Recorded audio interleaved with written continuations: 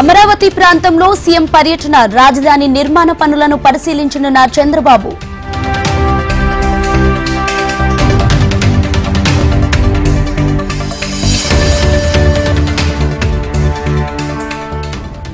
రేపు ఉదయం 9:46 AP assembly notification జారీ చేసిన governor Abdul Nazir.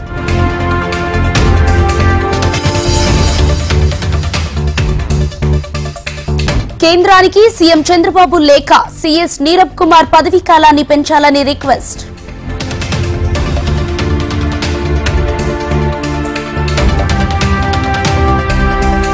AP deputy CM వరుస సమీక్షలు, పలు శాఖల అధికారులతో పవన్ కళ్యాణ్ చర్చలు.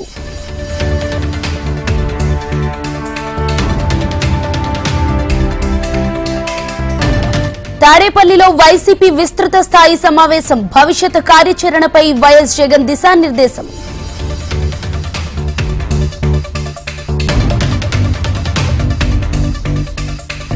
ముద్రగడ పేరు మార్పుపై గెజిట్ నోటిఫికేషన్ విడుదల, పద్మనాభరెడ్డిగా పేరు మార్చుకున్న వైసీపీ నేత.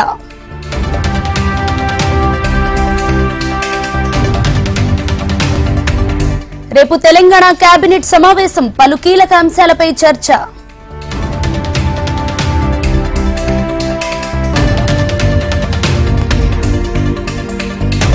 పటాన్చెరు ఎమ్మెల్యే నివాసంలో కొనసాగుతున్న ఈడీ సోదాలు, మహిపాల్ రెడ్డి బంధువుల ఇళ్లలోనూ తనిఖీలు.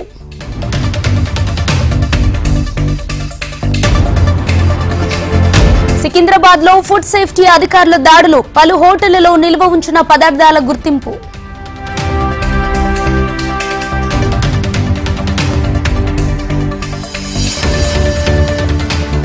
కార్పొరేట్ పాఠశాలల్లో నిబంధనలు బేఖాతరు, అనుమానితులు లేకున్నా యథేచ్ఛగా నడుస్తున్న స్కూళ్లు.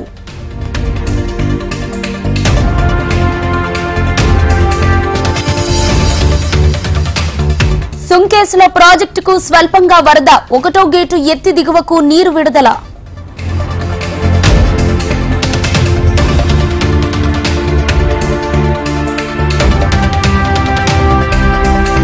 కౌలాలంపూర్ వెళుతున్న విమానంలో మంటలు, శంషాబాద్ ఎయిర్పోర్టులో ఎమర్జెన్సీ ల్యాండింగ్.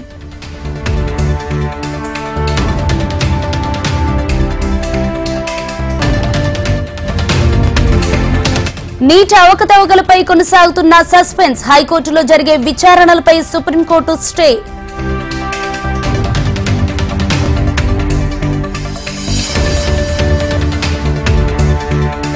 నీట్ అభ్యర్థులతో సమావేశం కానున్న రాహుల్, ప్రియాంక గాంధీ, సాయంత్రం 4 గంటలకు అభ్యర్థులతో సమావేశం.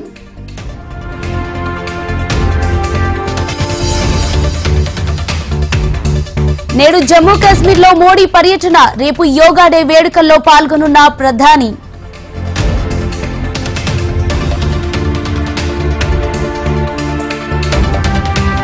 తమిళనాడులో పెరుగుతున్న కల్తీ సారా మృతుల సంఖ్య, ఇప్పటి వరకు 34 మంది మృతి, మరో 25 మంది పరిస్థితి విషమం.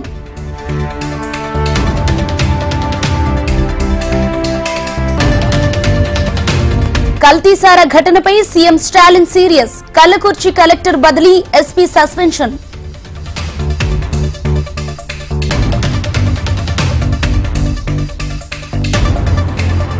ఢిల్లీలో కొనసాగుతున్న నీటి సంక్షోభం, బిందెడు నీటి కోసం అష్టకష్టాలు పడుతున్న జనం.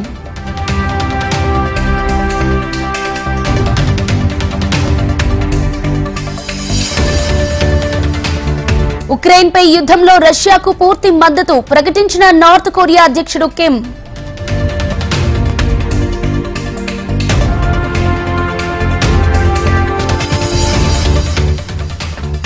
హజ్ యాత్రలో 550 మంది మృతి, అధిక టెంపరేచర్ కారణంగా మృత్యువాత.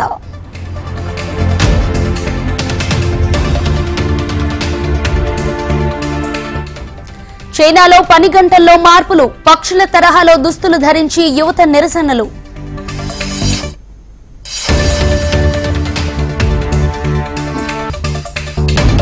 టీ20 ప్రపంచ కప్లో నేడు ఇండియా వర్సెస్ ఆఫ్ఘనిస్తాన్, బార్బడోస్ వేదికగా రాత్రి 8 గంటలకు మ్యాచ్.